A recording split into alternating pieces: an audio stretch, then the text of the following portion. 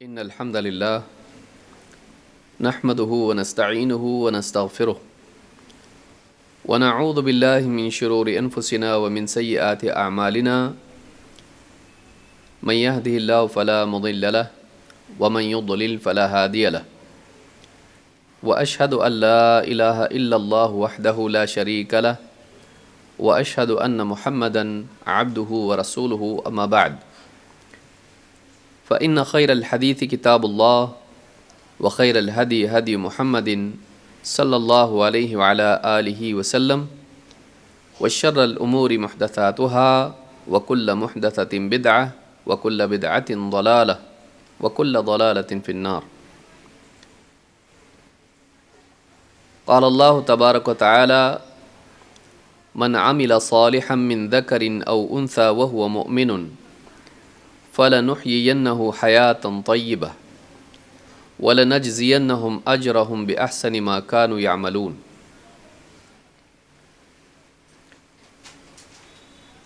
قابل احترام ماں اور بہنوں، حیات طیبہ، پاکیزہ زندگی، اچھی زندگی، عمدہ زندگی، اس زندگی کو پانے کے لیے اپنی دنیا کی زندگی کو بہتر بنانے کے لیے جتنی زیادہ ضرورت انسان کو چیزوں کی ہے، اس سے زیادہ ضرورت اوصاف اور اعمال کی ہے. مال و دولت، اچھا گھر، اچھی سواری، زیورات، پیسہ، اچھا لباس، بہترین ٹیکنالوجی، دنیا بھر کی سہولتیں، یہ انسان کے لیے مفید اور جائز چیزیں. اسلام انسان کو ان سے منع نہیں کرتا ہے، لیکن یہ انسان کی ضرورتیں ہیں جو انسان کی دنیا تک محدود ہیں. یہ چیزیں اس کے ساتھ آخرت میں نہیں جاتی. مال نہیں جاتا، اس کا گھر یہیں رہ جاتا ہے. اس کے زیورات، گھڑی ہو، کنگن ہو یا اس طرح کی دوسری ضرورت کی چیزیں ہوں، وہ سارے زیورات اتار دیے جاتے ہیں. اچھے سے اچھا لباس بھی ہو، اس کو کفن پہنا کر قبر میں دفن کیا جاتا ہے. وہ لوگوں کے کندھوں پر جاتا ہے، اپنی بہترین سواری میں نہیں. چاہے دنیا میں کتنا ہی اچھا اس کا گھر رہا ہو، لیکن وہ چھوٹی سی قبر جو اس کے قد کے مطابق ہوتی ہے، اس قبر میں اس کو دفن کیا جاتا ہے.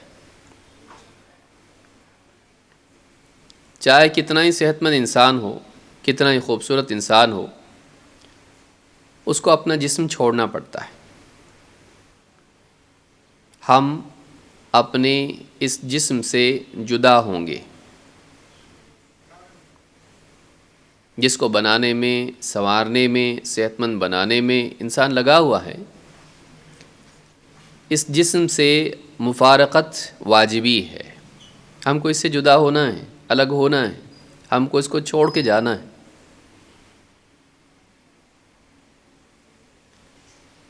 اصل چیز دنیا کی زینت نہیں ہے، دنیا کی چیزیں نہیں ہیں. اصل چیز یہ ہے کہ انسان اپنے ساتھ کیا اوصاف اور کیا اعمال لے کر جاتا ہے، وہ اپنے آپ کو اندر سے کیسا بناتا ہے. اچھی صفات سے مزین، بری صفات سے پاک، اچھے اعمال کا اہتمام، برے اعمال سے اجتناب. اگر اس کی زندگی میں چیز ہے تو ایسا انسان کامیاب ہے، اس کی زندگی بھی اچھی ہے. اس کی نہ صرف آخرت کی زندگی اچھی ہوتی ہے، بلکہ اس کی دنیا کی زندگی بھی اچھی ہوتی ہے. لیکن اس میں جہاں پچھلے درس میں ہم نے دیکھا کہ انسان کو اپنی وقت کی قدر کرنی چاہیے اور اپنے اوقات کو اعمال سے، نیک اعمال سے بھرنا چاہیے، وہیں یہ بات بھی ضروری ہے کہ وہ مجاہدہ ایسا کرے جو اس کے اپنے بس میں ہو۔ فرائض کی ادائیگی کے بعد نوافل میں مشغول ہونے میں وہ اپنی استطاعت کو سامنے رکھے۔ اعتدال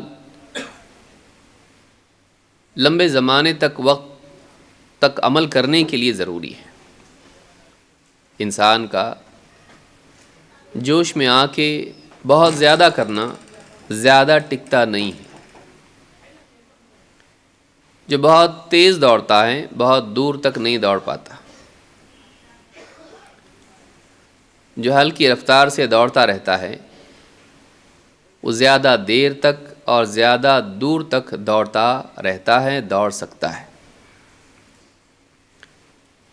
لہٰذا زندگی کے سفر میں لگاتار عمل کی قیمت بہت زیادہ عمل سے زیادہ ہے۔ عقل مند آدمی وہ نہیں ہے جو جوش میں آ کر کبھی کبھار خوب عمل کر لے اور پھر تھک جائے۔ عقل مند آدمی وہ ہے جو لگاتار ایک مقدار کا اہتمام کرتا رہے یہاں تک کہ اس کو موت آئے۔ اس کو مداومت کہتے ہیں، عمل پر جمے رہنا۔ لیکن مداومت کے لیے اعتدال بہت ضروری ہے، ماڈریشن۔ لگاتار عمل، لمبے زمانے تک عمل کرنے کے لیے ضروری ہے کہ ایک انسان ایسی مقدار اپنے لیے اختیار کرے جس کو وہ نبھا سکتا ہے۔ اپنے نفس کو پاک کرنے کے لیے، اچھی زندگی جینے کے لیے، اپنے آپ کو ایک بہتر انسان بنانے کے لیے، آخرت میں کامیاب ہونے کے لیے، بعض اوقات انسان اتنا جوش میں، جذبے میں آ جاتا ہے کہ وہ عزم کر لیتا ہے کہ اب میں ایسا کروں گا۔ وہ جوش کا وقت ہوتا ہے، اس وقت بڑے بڑے ارادے کرنا آسان ہوتا ہے، کیونکہ جوش میں انسان بہت اونچی سوچتا ہے۔ کسی کو دیکھا، قصہ سنا یا کسی کو خود دیکھا کہ فلاں اللہ والے اتنا عمل کرتے تھے، فلاں صحابی نے اپنا سارا مال صدقہ کر دیا، فلاں صحابیہ ان کی زندگی میں اتنی سادگی تھی، یا ان کی زندگی میں اتنی زیادہ عبادات تھیں۔ اپنے اطراف بھی ہم لوگوں کو دیکھتے ہیں اور ان سے انسپائر ہوتے ہیں۔ ہم کو رغبت ہوتی ہے دینی اعمال سے جب ان کی زندگی دیکھتے ہیں کہ پڑوس میں کوئی ہے، وہ روزانہ قرآن کے 2 جز 2 پارے پڑھتے ہیں۔ اب ان کو دیکھ کر، اور خاص طور سے مواسم میں جیسے رمضان کا مہینہ آتا ہے تو لوگ عمل کرتے ہیں، ایک دوسرے کو دیکھ کر عمل کی حرص پیدا ہونا ایک واجبی چیز ہے، ایک طبعی امر ہے، ایک نیچرل نارمل چیز ہے۔ ہم ایک دوسرے کو دیکھ کر جنت کی طرف دوڑنے میں اور زیادہ حریص ہو جاتے ہیں، اور ہونا بھی چاہیے۔ لیکن ہر ایک کے دوڑنے کی رفتار برابر نہیں ہوتی ہے۔ دوڑنے میں ہم اپنی استعداد کو دیکھیں، دوسروں کی نہیں۔ بعض اوقات دوسروں کی طرح بہت تیز دوڑنے کی کوشش ٹھوکر کھا کے ہم کو گرنے والا بناتی ہے۔ لہذا مجاہدہ ہو، لیکن اپنی کیپیسٹی کے اعتبار سے۔ ہم بہتر بنیں تو آج ہم جہاں ہیں اس سے اگلی سیڑھی پر قدم رکھیں۔ آج ہماری تیز دوڑنے کی جو رفتار ہیں اس سے کچھ اور تیز دوڑنے کی کوشش کریں، نہ کہ دوسروں کو دیکھ کر ان کی طرح تیز۔ یہ فرق یاد رکھنا ضروری ہے۔ ایک وہ انسان ہے جو سست ہو کر رہ جائے، کچھ کرتا ہی نہیں ہے، اپنی کیپیسٹی سے بھی کم کرتا ہے. یہ غلطی ہے. لا یکلف اللہ نفسا الا وسعها کے دونوں پہلو ہیں. اللہ تعالیٰ کسی پر وہ بوجھ نہیں ڈالتا ہے جو اس کی استعداد میں نہ ہو. اللہ تعالیٰ کا کسی سے وہ مطالبہ نہیں ہے، وہ ڈیمانڈ نہیں ہے جو کرنے والے کی کیپیسٹی میں نہ ہو.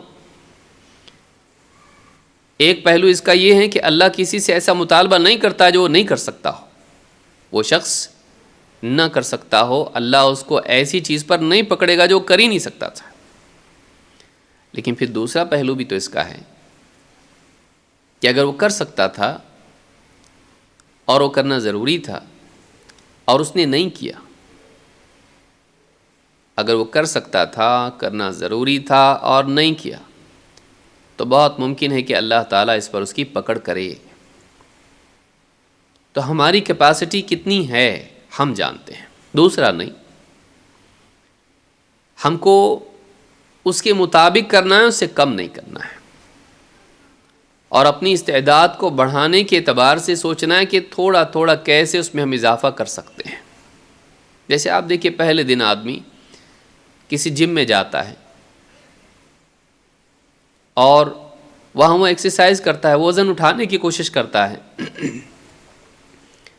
پہلے دن وہ طاقت نہیں ہوتی ہے، پہلے دن وہ استطاعت نہیں ہوتی ہے. اب وہ جم میں جا کر دوسروں کو دیکھے وہ کتنے بڑے بڑے وزن اٹھا رہے ہیں. اب یہ اٹھانے جائے کیا ہوگا؟ ہڈیاں ٹوٹ جائیں گی. کمر پر اتنا بوجھ آئے گا کہ اس کی اسپائن خراب ہو جائے گی. ہو سکتا ہے بڑا ایکسیڈنٹ ہو جائے. اس آدمی کو کرنا کیا ہے؟ اس آدمی کو دیکھنا ہے کہ آج میں کتنا کر سکتا ہوں. دوسروں کو دیکھ کر ان کی نقالی کرنا نقصان کی طرف لے جاتا ہے، خصوصاً جب کہ وہ بہت تیز دوڑ سکتے ہوں، وہ زیادہ بوجھ اٹھا سکتے ہوں. ان سے انسپائر ہونا ہے، لیکن اپنی کیپیسٹی کے اعتبار سے عمل کرنا ہے. ان کے انسپریشن کو ان کی برابری کے لیے نہیں، بلکہ اپنے عمل سے بہتر عمل کے طرف جانے کے لیے استعمال کرنا ہے. اپنے عمل سے بہتر عمل کی طرف جانے کے لیے استعمال کرنا ہے. یہ عقل مند آدمی کر سکتا ہے، نادان آدمی گڑبڑ کرتا ہے، ان کے برابر دوڑنے کی کوشش کرتا ہے. جیسے جم میں ہیں دوسرے لوگ جو سالوں سے مہینوں سے آ رہے ہیں، اس کا پہلا دن ہے، وہ ان کی طرح کرنے کی کوشش کرے، وہ ویسے وزن اٹھائیں. ایسا انسان ہمت ہار کے بیٹھ جاتا ہے. اس کو احساس ہوتا ہے، زیادہ دیر نہیں ہوتی ہے کہ اس کو احساس ہوتا ہے کہ میں نہیں کر سکتا. یہ تو نے پہلی غلطی یہ کی کہ تو نے ایسی مقدار اپنے لیے لی جو تو نہیں نبھا سکتا ہے. نبھانا اصل ہے، شروع کرنا اصل نہیں. بڑی شروعات نہیں، لگاتار اس پر باقی رہنا یہ اصل ہے. ایک انسان ایک بڑی چھلانگ لگا کے رک جائے، اس سے بہتر وہ انسان ہے جو چھوٹے چھوٹے قدم اٹھاتا ہوا مسلسل چلتا رہے. یہ چھلانگ اس کو وہاں تک نہیں لے جا سکتی جو چھوٹے چھوٹے قدم لے جا سکتے ہیں. کیوں؟ لگاتار چلا، لگاتار چلا. ایک ہرن ایک چھلانگ لگا کے رک جائے اور ایک کچھوا دھیرے دھیرے دھیرے چلتا رہے، رکے نہیں، وہ منزل تک پہنچ جائے گا. کیوں؟ اس لیے کہ وہ رکا نہیں. اگرچہ اس کی رفتار کم تھی، اس کے قدم چھوٹے چھوٹے تھے، وہ چھلانگ نہیں لگا سکتا تھا، لیکن وہ چلتا رہا چلتا رہا چلتا رہا، اپنی رفتار سے چلا، وہ رکا نہیں. ہرن چوکڑیاں بھرتا ہوا جا کے کہیں رک گیا، اس کی رفتار اچھی ہے، اس کی چھلانگ اونچی ہے، اس کی صلاحیت زیادہ ہے، لیکن رکاؤ. لیکن کچھوا رکا نہیں، چلتا رہا. زندگی کا ایک بہت اہم اصول یہ ہے کہ انسان چاہے اس کا عمل نوافل کے اعتبار سے، میں فرائض کی بات نہیں کر رہا ہوں، نوافل کے اعتبار سے زندگی میں ترقی کے اعتبار سے اگرچہ اس کا قدم چھوٹا کیوں نہ ہو، اس کی رفتار دھیمی کیوں نہ ہو، لیکن اگر وہ لگاتار چلتا رہے تو ایسے انسان کو کامیاب ہونے سے، منزل تک پہنچنے سے کوئی روک نہیں سکتا ہے۔ ہم اکثر جوش میں آ کے بہت سا عمل کرنے کے لیے کھڑے ہو جاتے ہیں، لیکن وہ جوش کا دن ہوتا ہے، جب جوش ٹھنڈا ہو جاتا ہے تو عمل بھی سرد پڑ جاتا ہے، تب احساس ہوتا ہے کہ میں نے اتنی زیادہ مقدار اپنے لیے لے لی جو میں ہمیشہ نہیں نبھا سکتا۔ جیسے کوئی انسان چھٹی کے دن سوچے میں اتنا سب کچھ کروں گا، اتنی تلاوت کروں گا، اتنے نوافل پڑھوں گا، اتنی کتابیں پڑھوں گا۔ چھٹیوں میں سوچا، اس نے کیا بھی، لیکن جیسی چھٹیاں ختم ہوئیں، جاب شروع ہوا، کالج اسکول کی پڑھائی شروع ہوئی، یا زندگی میں مصروفیات بڑھیں، اب کیا ہوا؟ اب وہ نبھا نہیں سکتے۔ کیوں؟ اس لیے کہ وہ چھٹی کے دن تھا، اب چھٹی کا دن نہیں ہے۔ اب میں نے عزم جو کیا تھا، فیصلہ جو کیا تھا، وہ ایسے وقت میں کیا تھا جب بہت کچھ کر سکتا تھا، لیکن وہ وقت چلا گیا۔ اب حالات بدل گئے، تو اب کیا ہوتا ہے؟ اتنا نبھا نہیں پاتا ہے تو پورا چھوڑ دیتا ہے۔ جب اتنا نبھا نہیں پاتا ہے تو پھر پورا ہی چھوڑ دیتا ہے۔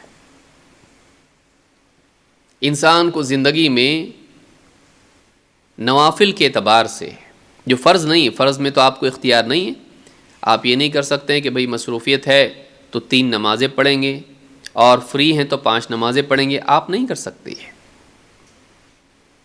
بلکہ آپ کو فرائض میں اتنا ہی کرنا پڑے گا جتنا اللہ کا مطالبہ ہے، آپ کم نہیں کر سکتے اس سے، الا یہ کہ مجبور ہو جائیں،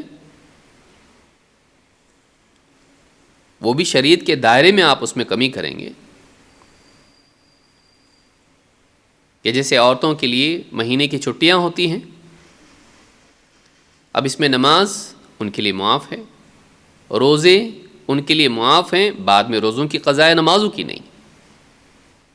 فرائض میں تخفیف اللہ کی طرف سے ہوگی، ہم اپنی طرف سے ترک نہیں کر سکتے، یہ کہہ کر کہ ہماری اتنی طاقت نہیں ہے کہ میری نیند نہیں کھلتی ہے، میں فجر نہیں پڑھوں گی، مجھے بہت کام ہوتا ہے، میں مغرب کی نماز نہیں پڑھ سکتی۔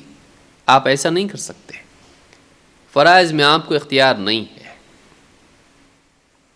وَمَا كَانَ لِمُؤْمِنٍ وَلَا مُؤْمِنَةٍ إِذَا قَضَى اللَّهُ وَرَسُولُهُ أَمْرًا أَن يَكُونَ لَهُمُ الْخِيَرَةُ مِنْ أَمْرِهِ۔ اللہ نے فرمایا کسی مومن مرد کے لیے یا کسی مومنہ عورت کے لیے ہرگز بھی اس بات کی گنجائش نہیں ہے کہ اللہ اور اس کا رسول کسی معاملے میں کوئی فیصلہ دے دیں تو اس کے بعد بھی ان کے پاس کوئی اختیار باقی رہے۔ اللہ اور اس کے رسول کے فیصلے کے بعد اختیار باقی نہیں رہتا ہے۔ اللہ اور اس کے رسول کے حکم کے آ جانے کے بعد انسان کی چوائس باقی نہیں رہتی ہے۔ لیکن نوافل میں اختیار ہے، آپ کو جتنا کرنا ہے کرو، لیکن یہاں گولڈن رول کیا ہے؟ آپ دوسروں کو دیکھ کر حرص میں ان کی برابری کی کوشش مت کرو۔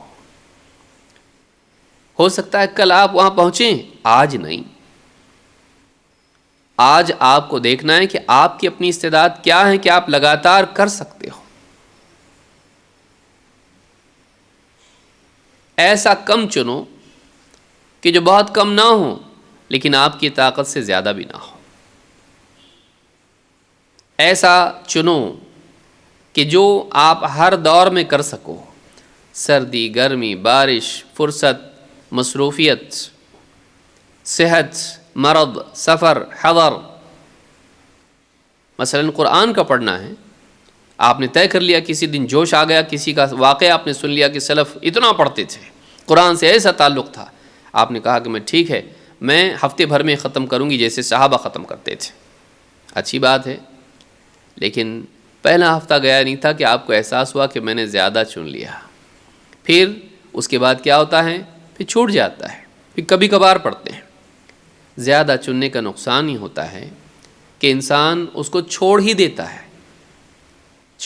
وہ عمل چھوڑ جاتا ہے۔ لگاتار عمل، کامیاب زندگی، پاکیزہ زندگی، کیونکہ لگاتار عمل سے نتائج پیدا ہوتے ہیں۔ پتھر کی سل پر لگاتار پانی کا قطرہ سالوں سال ٹپکتا رہتا ہے، وہ ایک قطرہ اس کی کیا حیثیت ہے؟ مقدار کم، وزن کم، طاقت کم، پتھر کے مقابلے میں پانی، کہاں پتھر کی سختی اور کہاں پانی کی نرمی، لیکن وہی ایک قطرہ لگاتار اس پتھر پر ٹپ ٹپ ٹپ ٹپکتا رہتا ہے۔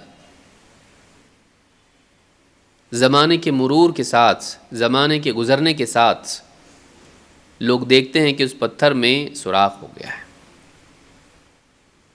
سوال یہ ہے کہ سوراخ پانی نے کیا یا لگاتار عمل نے؟ اگر پانی کی طاقت ہوتی تو پہلی مرتبہ میں ہی ہو جاتا۔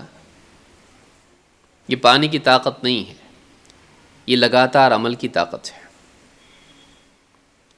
لگاتار عمل پتھر میں بھی سوراخ پیدا کر دیتا ہے، ایک پانی کے قطرے سے۔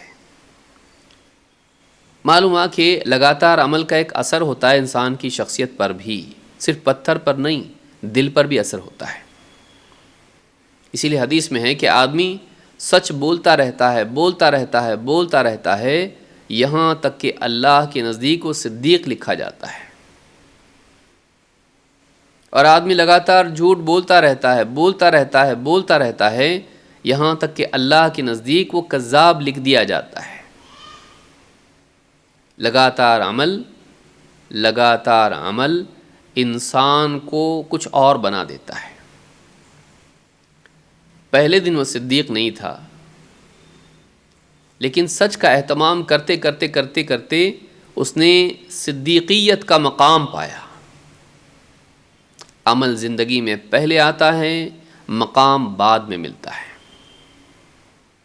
لیکن مقام کب ملتا ہے؟ لگاتار عمل کی وجہ سے۔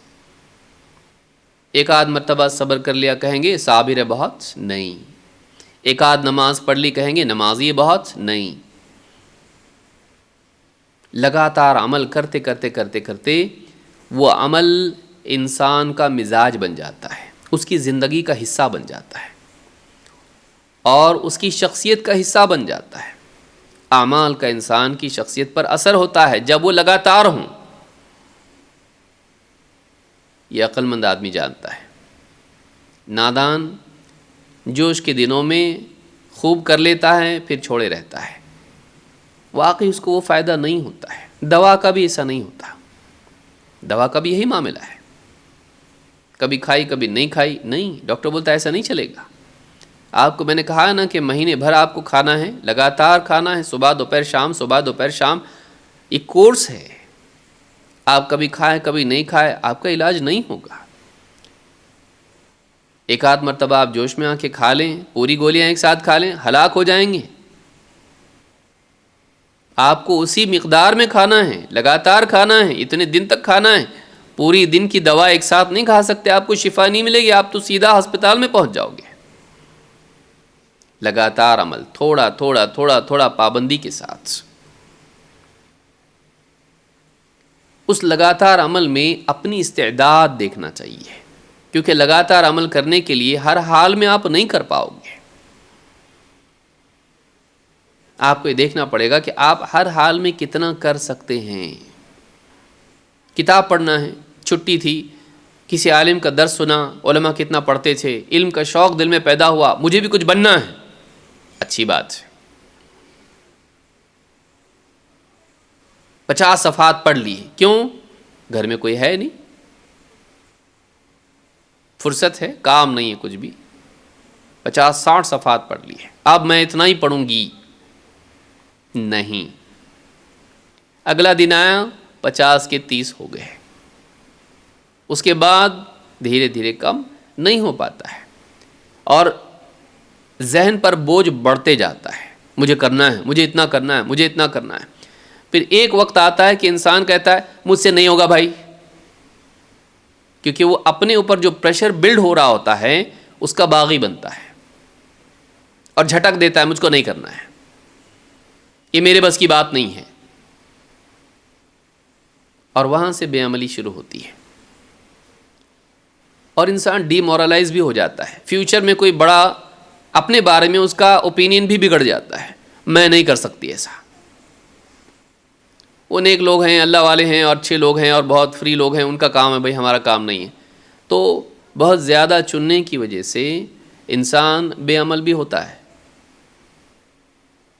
غلو انسان کو بے عملی کی طرف لے جاتا ہے. غلو ایگزیجریشن، غلو انسان کو بے عملی کی طرف لے جاتا ہے. یہ بہت اہم اصول ہے زندگی کا جو عقل مند لوگ جانتے ہیں.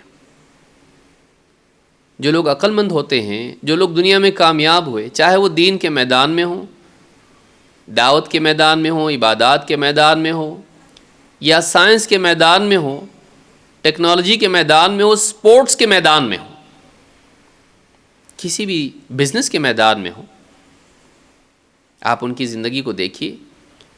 انہوں نے لگاتار عمل کیا، تب جا کر وہ کامیاب ہوئے. لیکن لگاتار عمل کے لیے اپنی طاقت کے مطابق دوڑنا ضروری ہے، دوسروں کی دیکھا دیکھی نہیں. بلا شبہ انسان کو دوسروں سے تنافس کرنا چاہیے، ایک دوڑ لگی ہے اس میں ہم کو بھی دوڑنا چاہیے، لیکن ہر ایک کی استعداد الگ ہوتی ہے. ہم ان سے دوڑ لگائیں آج جو ہمارے لیول کے ہیں، اور پھر دوڑتے دوڑتے اپنی رفتار بڑھاتے بڑھاتے پھر اور آگے والوں کے آگے جانے کی کوشش کریں. وَسَارِعُوا إِلَى مَغْفِرَةٍ مِّن رَبِّكُمْ وَجَنَّةٍ، دوڑو تم سب اپنے رب کی مغفرت کی طرف اور جنت کی طرف. وَفِي ذَلِكَ فَلْيَتَنَافَسِ الْمُتَنَافِسُونَ، اور تنافس کرنے والوں کو جنت کی نعمتوں میں تنافس کرنا چاہیے. تنافس ایک دوسرے کے مقابلے میں حرص کرنا. لیکن تنافس میں بھی یاد رکھنا چاہیے کہ ہماری اپنی استعداد کو ہم نہ بھولیں. یہ بہت اہم اصول ہے.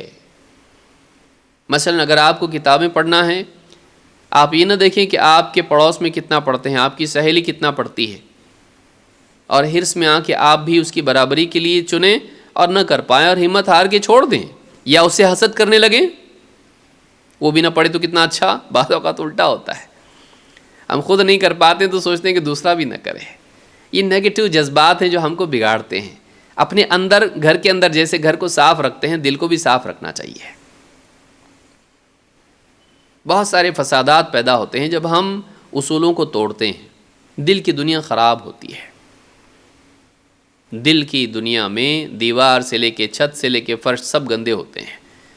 دل کا گھر صاف رکھنا چاہیے. ہم دیکھیں کہ ٹھیک ہے فلانی اتنا پڑھتی ہے، میری شروعات کے اعتبار سے میری صلاحیت 3 صفحات پڑھنے کی ہے، اور سوچوں ہاں بہت بزی ہوں تو بھی پڑھ سکتی ہوں، فری ہوں تو زیادہ پڑھ سکتی ہوں، لیکن طے میں ویسا کروں گی کہ ہر دن کر سکوں. میں قرآن کا 1 صفحہ پڑھ سکتی ہوں، زیادہ نہیں. میری فلانی خالہ ساس میری اتنا پڑھ سکتی ہے، میں نہیں پڑھ سکتی. بھائی سارا کام مجھ کو سنبھالنا پڑتا ہے. بزرگ ہیں، ان کے پاس وقت ہے، ٹھیک ہے، وہ اتنا پڑھتے ہیں. میں کوشش کروں گی، آج نہیں، آج شروع کے اعتبار سے دیکھوں گی کہ کتنا کر سکتی ہوں. 5 صفحات پڑھ سکتی ہوں، ٹھیک ہے.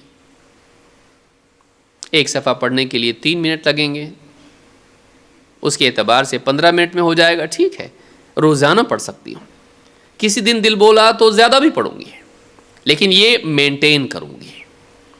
آپ ہمیشہ مینٹین کتنا کر سکتے ہیں اس کے اعتبار سے روزانہ کے لیے طے کریں اور کرتے رہیں. کسی دن طاقت زیادہ ہے، زیادہ بھی کر لیں، منع تھوڑی نہ ہے. ایسا انسان ترقی کرتا ہے، کامیاب ہوتا ہے، باقی رہتا ہے، لگاتار ٹکا رہتا ہے. یہ بہت اہم اصول ہے کامیابی کا، اس کو یاد رکھیے. اس کو قصد کہتے ہیں، ماڈریشن، میانہ روی جس کو آپ کہتے ہیں، درمیانی راہ، اعتدال، بیلنس. یہ جس کی زندگی میں ہے وہ بڑے سے بڑا گول اچیو کر سکتا ہے، چاہے وہ عبادات ہوں، علم ہو، یا اخلاق ہو اپنے آپ کو بہتر بنانے کے اعتبار سے، یا پھر دنیا کا کوئی میدان ہو، انسان ہر میدان میں کامیاب ہو سکتا ہے اپنی استطاعت کا لحاظ۔ اس بارے میں حدیث کیا ہے؟ حدیث نمبر 13، اللہ کے نبی صلی اللہ علیہ وسلم فرماتے ہیں خذوا من العمل ما تطیقون، عمل میں سے اتنا لو، اتنا اپنے لیے چنو جس کی تم خود طاقت رکھتے ہو۔ تمہاری طاقت کتنی ہے؟ دیکھیے اعمال بہت ہیں، ہمارا دین اتنا وسیع ہے کہ جنت میں جانے کے لیے جو اعمال ہیں ان کی گنتی ہم نہیں کر سکتے۔ ذکر ہے، تلاوت ہے، نماز ہے، روزہ ہے، صدقات ہیں، اخلاق ہیں، علمی میدان ہے، دعوت کا میدان ہے، آپ گنتی نہیں کر سکتے، اتنے نیک اعمال ہیں۔ آپ کتنا کر سکتے ہیں؟ آپ کتنا کر سکتے ہیں؟ آپ کی طاقت آپ دیکھیں، اپنے حساب سے آپ چنیں کہ آپ کیا کر سکتے ہیں۔ خذوا من العمل ما تطیقون، عمل میں سے اتنا اپنے لیے چنو جتنا تمہاری طاقت ہے، کیونکہ انسان جب جنت جہنم کے بارے میں سنتا ہے اس کے اندر فکر پیدا ہوتی ہے، اس کے اندر طلب پیدا ہوتی ہے، مجھے جہنم سے بچنا ہے، اس کو فکر پیدا ہوتی، کیسے بچوں؟ نیک اعمال کے ذریعے سے، میں خوب نیک اعمال کروں گی۔ جنت کی دل میں طلب پیدا ہوتی ہے کہ جنت میں اتنی ساری نعمتیں ہیں، وہ ایمان و عمل کے بدلے میں ملیں گی، میں بہت عمل کروں گی تاکہ مجھے جنت کے اونچے درجات نصیب ہوں۔ بہت صحیح، لیکن ہماری طاقت کتنی ہے؟ اعمال ختم نہیں ہوں گے، ہماری قوت ختم ہو جائے گی، ہم تھک جائیں گے، نیک اعمال ختم نہیں ہوں گے، اتنے نیک اعمال ہیں۔ یہ دیکھو تم کتنا کر سکتے ہو، یہ دیکھو کہ تم کتنا لگاتار کر سکتے ہو، اتنا عمل اپنے لیے اختیار کرو، اس کا اہتمام کرو، اس پر ٹکے رہو۔ ہاں اگر طاقت بڑھ جائے، ظاہر بات ہے اصول اپنی جگہ قائم رہے گا، جتنی تمہاری طاقت ہے کرو، کل کم تھی آج زیادہ ہے، آج زیادہ کرو، لیکن آج کی طاقت دیکھو، اپنی دیکھو، دوسروں کی نہیں۔ ایک اور حدیث ہے جس سے یہ بات معلوم ہوتی، پچھلی حدیث جو ہم نے ذکر کی یہ بخاری اور مسلم میں ہے۔ اللہ کے نبی صلی اللہ علیہ وسلم فرماتے ہیں ان الدین یسر ولن یشاد الدین احد الا غلبہ،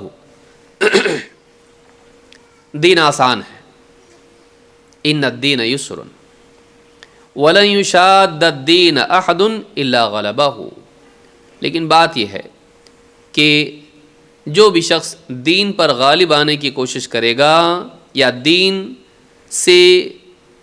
میں سختی برتے گا، دین میں تشدد کرے گا، ایگزیجریٹ کرے گا، غلو کرے گا، وَلَن يُشَادَّ الدِّينَ، یا جس کو ہم کہہ سکتے ہیں جو انسان دین سے زور آزمائی کرے گا،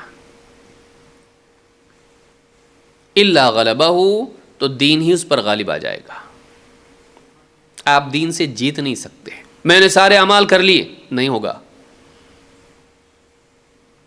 ویسے ہی جیسے انسان سمندر کا پانی لوٹے سے لے کر جمع کرنے کی کوشش کر سکتا ہے، تھک جائے گا۔ سمندر تو بہت دور کی بات ہے، کنواں خالی کرنے کے لیے کوئی ارادہ کر لے کہ میں اس کنویں کا سارا پانی نکال لوں گا، ہو پائے گا اس سے؟ اس کے ہاتھ، اس کے بازو تھک جائیں گے، کنواں ختم نہیں ہوگا، اس میں تو پانی آتا رہتا ہے اس میں اتنا، اس کے بازو تھک جائیں گے، وہ تھک کے بیٹھ جائے گا، وہ غالب نہیں آئے گا کنویں پر، کنواں اس پر غالب آ جائے گا۔ اعمال اتنے ہیں، آپ کتنا کرو گے؟ آپ کی زندگی ختم ہو جائے گی، اعمال ختم نہیں ہوں گے۔ وَلَن يُشَادَّ الدِّينَ أَحَدٌ إِلَّا غَلَبَهُ، جو شخص دین سے زور آزمائی کرے یقیناً دین ہی اس پر غالب آئے گا۔ تو اب کرو کیا؟ فَسَدِّدُوا وَقَارِبُوا وَأَبْشِرُوا، یہ بہت جامع حدیث ہے اور بہت تفصیل سے علماء نے اس کی شرح کی ہے. فَسَدِّدُوا وَقَارِبُوا وَأَبْشِرُوا، 3 باتیں آپ نے کہی اور اس کے بعد بھی ہے. فَسَدِّدُوا، سداد، استقامت. سداد کہتے ہیں سیدھا جانے کو، سیدھے راستے پر قائم رہنے کو. فَسَدِّدُوا، ایک دم ٹھیک رہو، نہ دائیں نہ بائیں، حق پر قائم رہو، جتنا تم سے مطالبہ ہے پورا کرو. لیکن ہر آدمی ایسا کر سکتا ہے؟ نہیں. کبھی صحت مند ہے، کبھی بیمار ہے، کبھی فارغ ہے تو کبھی مصروف ہے، کبھی راحت میں ہے تو کبھی مصیبت میں ہے. انسان کی دل کی حالت یا اس کے جسم کی حالت ہمیشہ برابر نہیں رہتی ہے. سداد اس کے لیے کتنا پاسبل ہے؟ اصل مطلوب تو یہی ہے کہ انسان بالکل ٹھیک رہے، ذرا بھی کمی اس سے نہیں ہوتی ہے، ذرا بھی کوتاہی اس سے نہیں ہوتی ہے، جتنا اللہ کا مطالبہ ہے پورا کرے. سددو، ٹھیک حق پر قائم رہو. جیسے فاستقیموا کا لفظ آتا ہے، استقامت، استقامت اختیار کرو. لیکن آدمی کتنا قائم رہے گا حق پر، کتنی استقامت اختیار کر سکتا ہے، کتنا ٹھیک ٹھاک ایک دم پرفیکٹلی چل سکتا ہے صحیح پر، نہ کمی نہ زیادتی. نہیں ہو سکتا ایسا. تو پہلے اصل حکم دیا، جو اصل مطلوب ہے. اللہ کو تو چاہیے کہ اللہ نے جو بھی بنایا اچھا بنایا، جو بھی دیا انسان کو خوب خوب دیا، بہترین دنیا میں ڈالا اور اس کے لیے بہترین جزا رکھی، تو عمل بھی تو بہترین ہونا چاہیے، زندگی بہترین ہونی چاہیے. لیکن انسان کمزور ہیں. وَخُلِقَ الْإِنسَانُ ضَعِيفًا، انسان کمزور پیدا کیا گیا ہے، کمی کوتاہی اس سے ہوگی، ہر حال میں وہ ٹھیک ٹھاک نہیں رہ پائے گا. تو کہا فَسَدِّدُوا، اگر تم سے ہو سکے ایک دم حق پر ٹھیک ٹھاک قائم رہو، ہر حال میں ایک دم پرفیکٹلی عمل کرو. لیکن یہ نہیں ہو سکتا ہے تو کیا کرو؟ فَسَدِّدُوا وَقَارِبُوا، اگر یہ نہ ہو سکے تو یعنی سداد کے قریب قریب ہونے کی کوشش کرو، کہ تم اگر واقعی ٹھیک ٹھاک نہیں رہ سکتے ہر حال میں، تو تم کم سے کم اس سے قریب ہونے کی تو کوشش کرو. جیسے ہم کہیں گے جیسے انبیاء، ان کی زندگی ہم کو ان کی پیروی کرنا چاہیے، لیکن کیا ہم واقعی ویسا کر سکتے ہیں؟ نہیں. جتنا ہم سے ہو سکتا ہے ہم کریں، اپنی اوقات کے اعتبار سے ان کی اتباع کریں. ان کی برابری ہم نہیں کر سکتے، ہمارے لیے آئیڈیل وہی ہیں، اسوہ وہی ہیں. لیکن کیا ہماری نماز نبی صلی اللہ علیہ وسلم کی نماز کی طرح ہو سکتی ہے؟ ظاہری ڈھانچے کے اعتبار سے تو آدمی رکوع سجدے کر بھی لے گا، لیکن کیا خشوع، قد افلح المؤمنون الذین هم فی صلاتهم خاشعون، کامیاب ہو گئے ایمان والے جو اپنی نماز میں خشوع کا اہتمام کرتے ہیں، اللہ کا دھیان، سکون، اللہ کا خوف، اللہ کی عظمت کا احساس جیسا نبی صلی اللہ علیہ وسلم کا تھا. کیا تیرا ہو سکتا ہے؟ نہیں. پھر چھوڑ دینا ہے؟ نہیں. جتنا ہو سکتا ہے قریب جا سکتا ہے جا، تیری پرواز جتنی ہے اتنی پرواز کر، اس سے کم مت کر. وقاربوا، یا تو سداد اختیار کر اگر تیرے بس میں ہے، اور اگر نہیں ہے تو اس سے قرب، اس سے مقاربت کی کوشش کر. نزدیک نزدیک جا، کتنا نزدیک جا سکتا ہے تو اس پیمانے کے جو اللہ نے طے کیا ہے تیری طاقت کے اعتبار سے. وقاربوا، تو یہ 2 باتیں یہاں پر کہی گئی. یا تو سداد اختیار کر، ایک دم سیدھا حق کے مطابق چل، اگر نہیں ہو سکتا ہے کچھ تجھ سے کمی تو ہوگی، کبھی نماز میں دھیان نہیں لگے گا، کبھی روزے میں کچھ فضول باتیں زبان سے نکل جائیں گی، کبھی کچھ اور کمی رہ جائے گی، صدقات و خیرات میں جذبات بگڑیں گے، ریاکاری کی باتیں بھی دل میں آئیں گی، ویسا نہیں ہو پائے گا جیسا ہونا چاہیے. لیکن جتنا ہو سکتا ہے حق سے، خیر سے، پرفیکشن سے قریب ہونے کی کوشش کر تیری طاقت کے اعتبار سے. تو پرفیکٹ نہیں ہو سکتا ہے، نہ تجھ سے ڈیمانڈ ہے، تیری طاقت کے اعتبار سے تو قریب ہوتا جا۔ وقاربو، جو اللہ کا پیمانہ ہے اس کے مطابق تو اس سے قریب تر ہونے کی کوشش کر۔ وَأَبْشِرُوا، اور خوش ہو جاؤ۔ ابن حجر رحمہ اللہ فرماتے ہیں وَأَبْشِرُوا سب کے لیے ہے، جو سداد کا اہتمام کریں، جو اعلیٰ درجے کے مؤمنین ہیں، کمال درجے میں جو حق پر قائم ہوتے ہیں، ان کے لیے بھی، اور ان کے لیے بھی جو ان کے مقابلے میں کمزور ہیں، جو اپنی طاقت کے اعتبار سے اس سے قریب ہونے کی کوشش کرتے ہیں، جو سلف کی زندگی میں دیکھتے ہیں، دونوں کے لیے خوشخبری ہے اپنے اپنے عمل کے اعتبار سے۔ وَأَبْشِرُوا، اور خوشخبری سن لو، خوش ہو جاؤ۔ وَاسْتَعِینُوا بِالْغَدْوَةِ وَالرَّوْحَةِ وَشَيْءٍ مِّنَ الدُّلْجَةِ، اور مدد لو صبح کے وقت میں اور شام کے وقت میں اور کچھ رات کے وقت میں سفر کے ذریعے سے۔ غدوہ صبح، روحہ شام، اور دلجہ رات میں۔ ابن حجر رحمہ اللہ فرماتے ہیں، یہ بخاری کی حدیث ہے، ابن حجر رحمہ اللہ فرماتے ہیں اس حدیث میں مسافر سے تشبیہ دی گئی ہے۔ مسافر کیا کرتا ہے؟ 24 گھنٹے سفر کرتا۔ آج کی بات نہیں کر رہا ہوں میں، اس زمانے میں جب لوگ سواریوں پر، اونٹوں پر اور گھوڑوں پر سفر کرتے تھے، کیا کرتے تھے؟ سفر میں نکلے تو دوڑتے ہی رہیں گے، دوڑتے ہی رہیں گے، نہیں، سواری تھک جائے گی۔ رات کے وقت میں تھوڑا سفر کرتے تھے، پھر تھک کے آرام بھی کرتے تھے، جانور کو چرنے کے لیے چھوڑ بھی دیتے تھے۔ صبح کا وقت ٹھنڈا وقت ہوتا ہے، سفر کرتے تھے، لیکن دوپہر جب ہو جاتی تھوڑا سائے میں بیٹھتے، جانوروں کو چھوڑ دیتے کہ چریں اور آرام کریں۔ پھر اس کے بعد جب شام ہو جاتی، شام کے وقت میں سفر کرتے، اور پھر رات میں پھر کچھ وقت میں آرام کرتے اور کچھ وقت میں سفر کرتے۔ آرام سفر، آرام سفر۔ منزل پر پہنچنے کے لیے مسافر کو خود بھی اور اپنی سواری کو بھی آرام دینا چاہیے۔ جو لگاتار اپنا گھوڑا دوڑاتا رہے گا وہ ہمت ہار کے اس کا سفر ختم ہو جائے گا، بیمار پڑ کے گھوڑے سے گر جائے گا، اور گھوڑا بھی کہیں جا کر رک جائے گا اور تھک جائے گا۔ تو اس لمبے سفر میں جو جنت کی طرف تیرا سفر ہے، صراط مستقیم پر تیرا سفر ہے، اس میں یاد رکھ کہ اپنی استطاعت دیکھ، لگاتار مت دوڑ، سواری کا بھی خیال کر، تیرا جسم اس کا متحمل نہیں ہے۔ ایسا بیلنس رکھ کہ جس میں تو سارے اعمال کرے بھی اور تیرا جسم راحت بھی لے۔ اسی لیے آپ دیکھیں پچھلے ہفتے میں بھی ہم نے دیکھا عبداللہ ابن عمرو ابن عاص رضی اللہ تعالیٰ عنہما نے جب فیصلہ کیا کہ میں روزانہ ہر دن روزہ رکھوں گا، ہر رات تہجد پڑھوں گا، نبی صلی اللہ علیہ وسلم نے منع کیا ان کو، کہا ایسا مت کرو۔ کیوں؟ ایسا تم کرو گے کہ تمہاری آنکھیں اندر چلی جائیں گی، تمہارا جسم کمزور ہو جائے گا، اس لیے کہ تمہارے اپنے جسم کا تم پر حق ہے، تمہاری آنکھوں کا تم پر حق ہے، تمہاری بیوی کا تم پر حق ہے، تمہارے مہمان کا تم پر حق ہے۔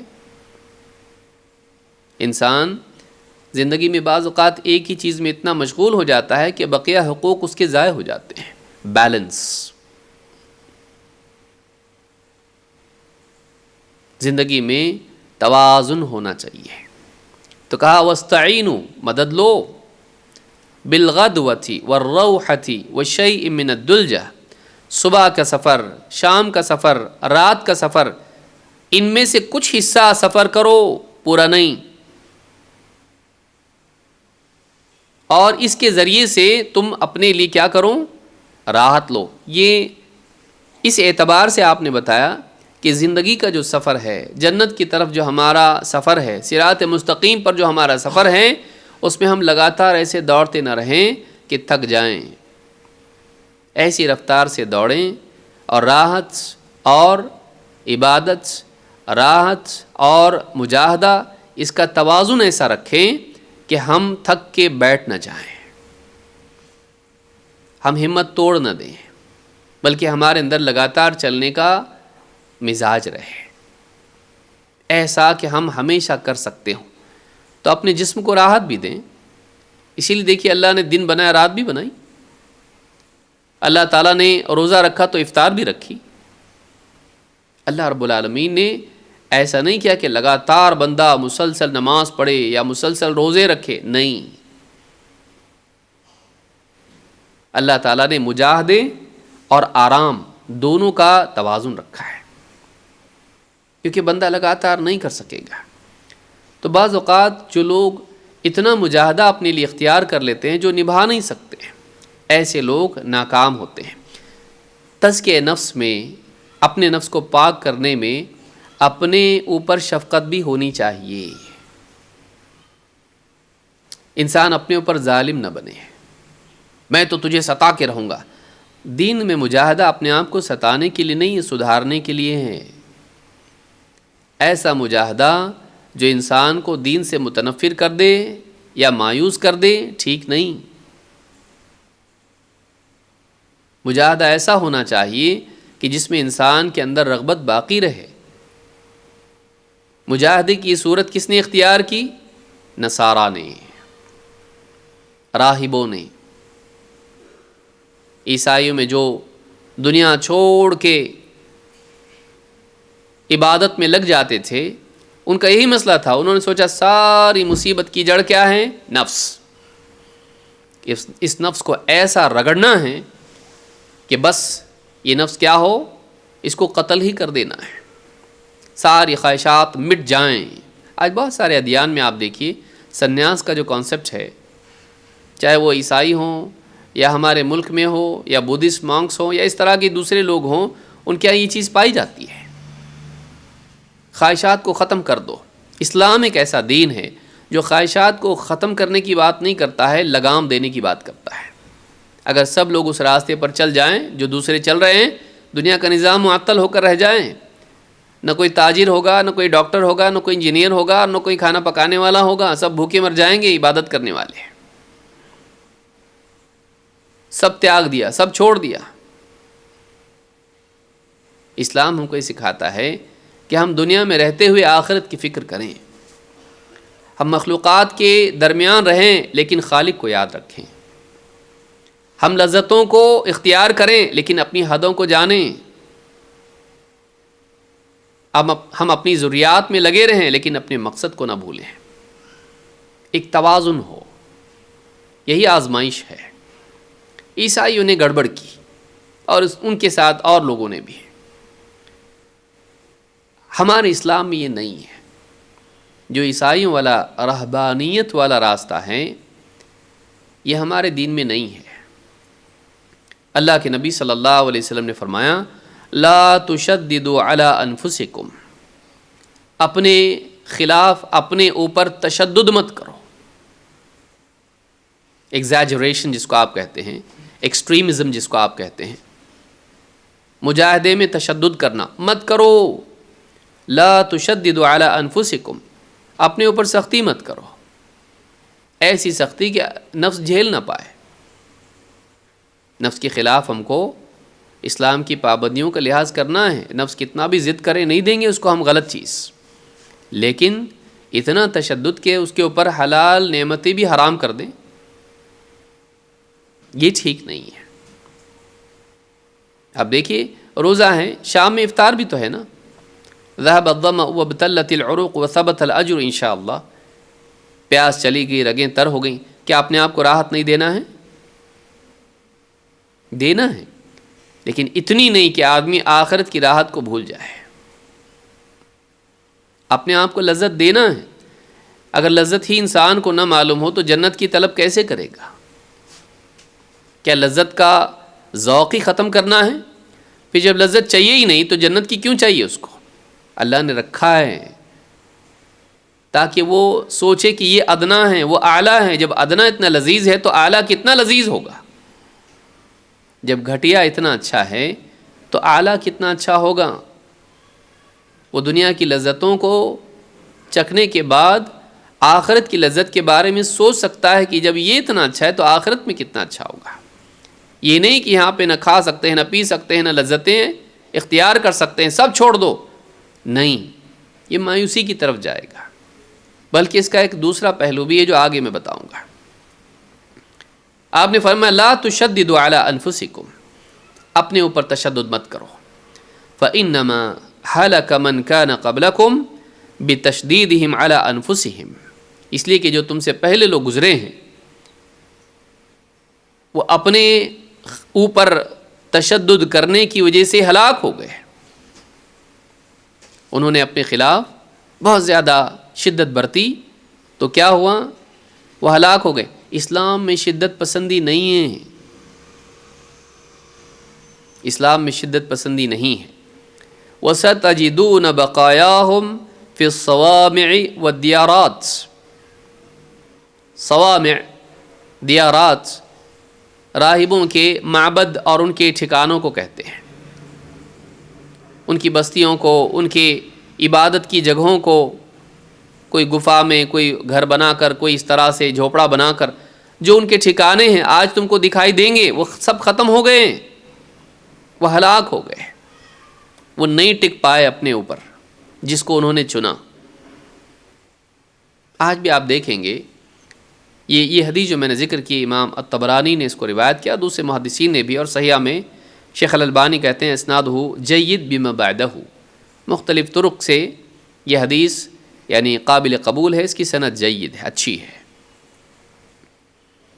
الصحیحہ میں حدیث نمبر 3124 پر یہ موجود ہے۔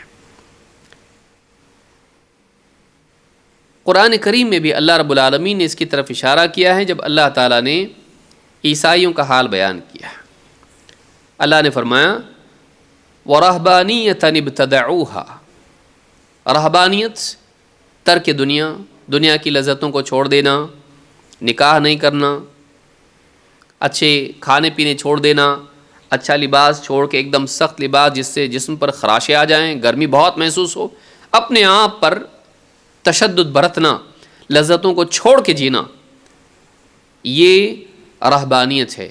بلکہ نکاح بھی نہیں کرنا، بلکہ اتنا آگے بڑھ جانا کہ اپنے آپ کو خصی کر لینا، یہ رہبانیت ابتدعوہا، نصارہ نے اسے ایجاد کیا، یہ نصارہ کی گھڑی ہوئی بدعت ہے۔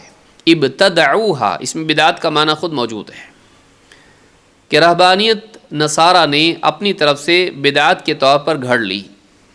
ما کتبناہا علیہم، ہم نے ان پر رہبانیت لازم نہیں کی تھی، ہماری طرف سے یہ چیز ان پر لکھی نہیں گئی تھی، ہم نے اس کو فرض نہیں کیا تھا، انہوں نے اپنے طور پر کر لیا۔ الا ابتغاء رضوان اللہ، الا ابتغاء رضوان اللہ، ہم نے ان پر جو فرض کیا تھا وہ یہ کہ وہ اللہ کی رضا کے لیے کوشش کریں۔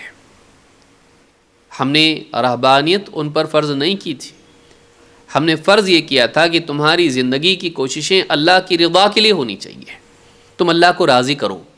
انہوں نے اپنی طرف سے طے کیا اللہ کو راضی کرنے کے لیے ہم کو نفس کو ایسا کچلنا پڑے گا کہ اس کو ختم ہی کر دیں اور حلال چیزیں بھی چھوڑ دیں تاکہ اللہ راضی ہو جائے۔ انہوں نے کیوں گھڑی؟ اللہ کی رضا کے لیے۔ اللہ تعالیٰ نے رضا ان کے لیے ضروری رکھی تھی کہ اللہ کو راضی کرو، لیکن رہبانیت کے راستے سے نہیں۔ گول تو ان کا ٹھیک تھا، مینس، اسباب، راستہ، وسیلہ غلط، لیکن بعد میں آپ دیکھیے اللہ کیا فرما رہا ہے۔ اللہ فرماتا ہے فَمَا رَعَوْهَا حَقَّ رِعَایَتِهَا، یہ یاد رکھنے کی چیز ہے۔ آپ گھر جا کے اس کی تفسیر پڑھ سکتے ہیں، اور اس الفاظ کو علماء نے مختلف طرح سے انٹرپریٹ کیا ہے کہ الا ابتغاء رضوان اللہ کا کہاں سے جوڑیں گے، اس کو آپ تفسیر میں خود دیکھیں، اس کو دونوں طرح سے علماء نے کہا ہے، لیکن آخر میں اللہ نے فرمایا فَمَا رَعَوْهَا حَقَّ رِعَایَتِهَا، انہوں نے اپنی طرف سے رہبانیت گھڑ لی، لیکن پھر گھڑنے کے بعد اس کی رعایت بھی نہیں کر پائے جیسی کرنی چاہیے تھی۔ جیسے ایک انسان ہے کہے اے اللہ اگر میں شفا یاب ہو گیا روزانہ 1 پارہ پڑھوں گا، روزانہ میں 50 رکعتیں پڑھوں گا، اے اللہ اگر تو نے مجھ کو ایسا مالدار بنایا نا روزانہ میں 10,000 روپے صدقہ دوں گا، بنا دیا اللہ نے، لیکن کر نہیں پاتا ہے۔ اللہ نے تو نہیں کہا تھا کہ تو ایسی نظر مان، لیکن نظر تو نے مان لی، اب ماننے تو نے اپنی طرف سے کر لیا، اب کر تو لیا اپنے اوپر لازم، لیکن نبھا نہیں پایا۔ اکثر نظر ماننے والے نبھا نہیں پاتے ہیں، بس یہی معاملہ نصارہ کا ہوا۔ اللہ کی رضا چاہیے، اچھی بات ہے، تو اب اپنے اوپر ایسی چیزیں لازم کر لیں جس کو نبھا نہیں پائے، تو غلو بے عملی کی طرف جاتا ہے۔ جو ہم شروع سے کہہ رہے ہیں وہ یہی ہے، فما رعوها حق رعایتها، جس چیز کو اپنے لیے لازم کر لیا اس کا حق بھی ادا نہیں کر پائے۔ اللہ نے جو دین دیا ہے اس میں توازن ہے، اس کے مطابق جینے والا آدمی پابندی سے وہ کر بھی پاتا ہے، ان اصولوں کے تابع اگر ہو جائے تو۔ اپنی عقل سے دینداری اختیار کرنا بے عملی کی طرف لے جاتا ہے، بلکہ بعض اوقات بد عملی کی طرف لے جاتا ہے۔ اسی لیے آپ دیکھیں گے اخبارات میں آئے دن، اور یہ مستقل تاریخ ہے عیسائیوں کی، کہ انہوں نے نکاح کو اپنے لیے حرام کر لیا، کہ آپ کو فادر بننا ہے، بردر بننا ہے یا فلاں بننا ہے تو آپ کو نکاح نہیں کرنا ہے۔ اپنے اوپر نکاح کو، نکاح والی زندگی کو انہوں نے اپنے لیے کیا کر لیا؟ حرام کر لیا، نہیں کر سکتے۔ لیکن نتیجہ کیا ہوا پھر نتیجہ یہ ہوا کہ نکاح تو نہیں کیا لیکن لڑکوں کے ساتھ غلط حرکتیں کی۔ آئے دن اخبارات میں آتے ہیں، اور ایک لمبی تاریخ ہے اس کی، ایک لمبی تاریخ ہے جو سب کو معلوم ہے کہ ان کے ہاں جہاں نکاح نہیں ہے، جو کہ جائز تھا، عیسیٰ علیہ السلام نے کہیں پر نکاح کو حرام نہیں کیا، لیکن انہوں نے مجاہدے کی راہ سے اپنے لیے نکاح کو حرام کر لیا۔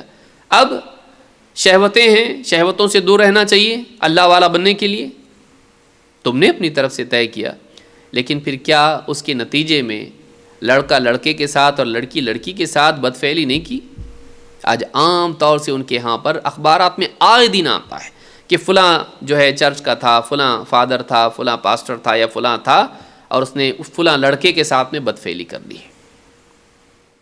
ایک دو واقعات ہوں تو آدمی خاموش رہے،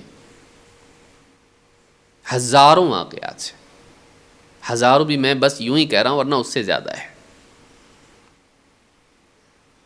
فما رعوها حق رعایتها، انہوں نے جو اپنے اوپر لازم کر لیا تھا اس کا حق بھی ادا نہیں کر پائے، اس کی رعایت نہیں کر پائے۔ معلوم ہوا کہ اپنے طور پر جو مجاہدہ آدمی اپنے اوپر لاد لیتا ہے اس کو نبھا نہیں پاتا ہے، کبھی تو بے عملی میں چلا جاتا ہے، اور کبھی اتنا آگے کہ اس کا الٹا، بعض اوقات بہت زیادہ تقویٰ میں سپر تقویٰ جن کا ہوتا ہے وہ بعض اوقات حرام میں چلے جاتے ہیں ایک وقت کے بعد، یہ حرام وہ حرام وہ حرام اپنے طور پر۔ دیکھیے شریعت میں جو حرام ہے تو حرام ہے، آپ اس کو حلال نہیں کر سکتے، لیکن بعض اوقات بہت زیادہ غلو کچھ لوگ کرتے ہیں، ہر چیز میں اتنی باریکی نکالتے ہیں، ایک وقت کے بعد تھک جاتے ہیں، پھر اس کے بعد میں تمیز ہی چھوڑ دیتے ہیں، سب چلتا ہے، سب چلتا ہے۔ غلو کا انجام بے عملی اور بدعملی پر ہوتا ہے۔ بہت زیادہ غلو کرنے والے اس کا ایک دم الٹا ہو جاتا ہے، کروٹ اچانک بدل لیتے ہیں، دائیں کے بجائے بائیں ہو جاتے ہیں۔ لہٰذا یاد رکھیں کہ اپنے دل سے ہم نہ مجاہدہ طے کریں، نہ شریعت کے احکام میں دخل اندازی کریں۔ جیسا دین اللہ نے دیا ہے اپنی استعداد کے مطابق اس پر چلنے والے بنیں، یہی ہمارے لیے کامیابی کا راستہ ہے۔ اسی لیے آپ نے فرمایا، نبی صلی اللہ علیہ وسلم نے، اپنے اوپر تشدد مت کرو۔ اس سے کوئی دھوکہ نہ کھایا کہ بھائی عمل زیادہ مت کرو، یہ نہیں ہے مراد۔ یہاں یہ ہے کہ اللہ نے جو دین دیا ہے اور اس پر اپنی طاقت کے مطابق عمل کرو، فرائض کا اہتمام تو کرو ہی، اس میں کم نہیں کر سکتے، لیکن نوافل میں غلو مت کرو، جتنا تم سے ہر حال میں نبھ سکتا ہے اتنا کرو، دیکھا دیکھی مت کرو، بہت زیادہ مت کرو، اتنا زیادہ کہ تم لڑکھڑا کے گر جاؤ یا تھک کے بے عمل ہو جاؤ، ایسا مت کرو۔ ایسا کرو کہ ہمیشہ جم سکتے ہو، ایسا کرو کہ ہمیشہ اس پر جم سکتے ہو۔ اسی لیے اللہ کے نبی صلی اللہ علیہ وسلم نے فرمایا، یا ایھا الناس ایاکم والغلو فی الدین، اے لوگو خبردار دین میں غلو مت کرو۔ غلو کیا ہے؟ کسی چیز کی حد سے زیادہ اس کو کرنا ہے، حد سے زیادہ۔ وہ عقیدے میں بھی ہوتا ہے، عمل میں بھی ہوتا ہے، قول میں بھی ہوتا ہے اور افعال میں بھی ہوتا ہے۔ عیسیٰ علیہ السلام کو اللہ کا نبی اور رسول ماننے کی بجائے یہود نے ان کو اس سے گھٹا کے، انسان سے بھی گھٹا کے ان کو کیا کر دیا؟ جادوگر، عام انسان سے بھی برا، جادوگر، جھوٹا، نعوذ باللہ۔ نبی اور رسول کے مرتبے سے گھٹایا، بلکہ انسانوں میں بھی برا مانا۔ اور عیسائیوں نے کیا کیا؟ نبی اور رسول کے مرتبے سے بڑھا دیا اور اللہ کا بیٹا بنا دیا، یا تین میں کا تیسرا، ان کو خود معبود بنا لیا، رب بنا لیا۔ یہ غلو ہے، حد پار کر جانا، حد پار کر جانا۔ کہا یا ایھا الناس ایاکم والغلو فی الدین، خبردار دین میں غلو مت کرو۔ فإنہ اہلک من کان قبلکم الغلو فی الدین، اس لیے کہ تم سے پہلے جو لوگ گزرے ہیں ان کو غلو ہی نے ہلاک کیا ہے۔ اس حدیث کو امام احمد، نسائی، ابن ماجہ اور حاکم نے روایت کیا ہے۔ الفاظ ابن ماجہ کے ہیں، صحیح الجامع الصغیر حدیث نمبر 2680۔ غلو نہیں، جتنا اللہ نے دین دیا ہے اس کے مطابق جئیں، اپنی طاقت دیکھیں، دوسروں کی دیکھا دیکھی حدیں پار نہ کریں، حدیں پار نہ کریں۔ لہٰذا یہ ایک بہت اہم اصول ہے جس کی رعایت ہم کو دین میں کرنی چاہیے، اور یہ بہت اہم بات تھی جس کو ہم کو یاد رکھنا ضروری ہے، وہ یہ کہ ہم اعمال میں اپنی استطاعت کو یاد رکھیں اور اتنا مجاہدہ کریں نوافل میں۔ پھر سے یاد دلاؤں، یہ فرائض کے بارے میں نہیں بولا جا رہا ہے، نوافل کے بارے میں اتنا عمل اختیار کریں جتنا ہم پابندی سے کر سکتے ہیں، جتنا ہم ہمیشہ کر سکتے ہیں۔ کبھی کم زیادہ ہوتا رہے گا، لیکن اتنا زیادہ اپنے لیے نہ چنیں کہ ہم 4 دن کرنے کے بعد ہماری گاڑی رک جائے، نہیں ہو سکتا بھائی مجھ سے، اور پورا ہی چھوڑ دیں، پورا ہی چھوڑ دیں، یہ نہیں ہونا چاہیے۔ اللہ رب العالمین ہم سب کے آنے کو، بیٹھنے کو قبول فرمائیں اور ہمیں بہتر زندگی گزارنے کی توفیق عطا فرمائیں۔ اقول ھذا واستغفر اللہ لی ولکم۔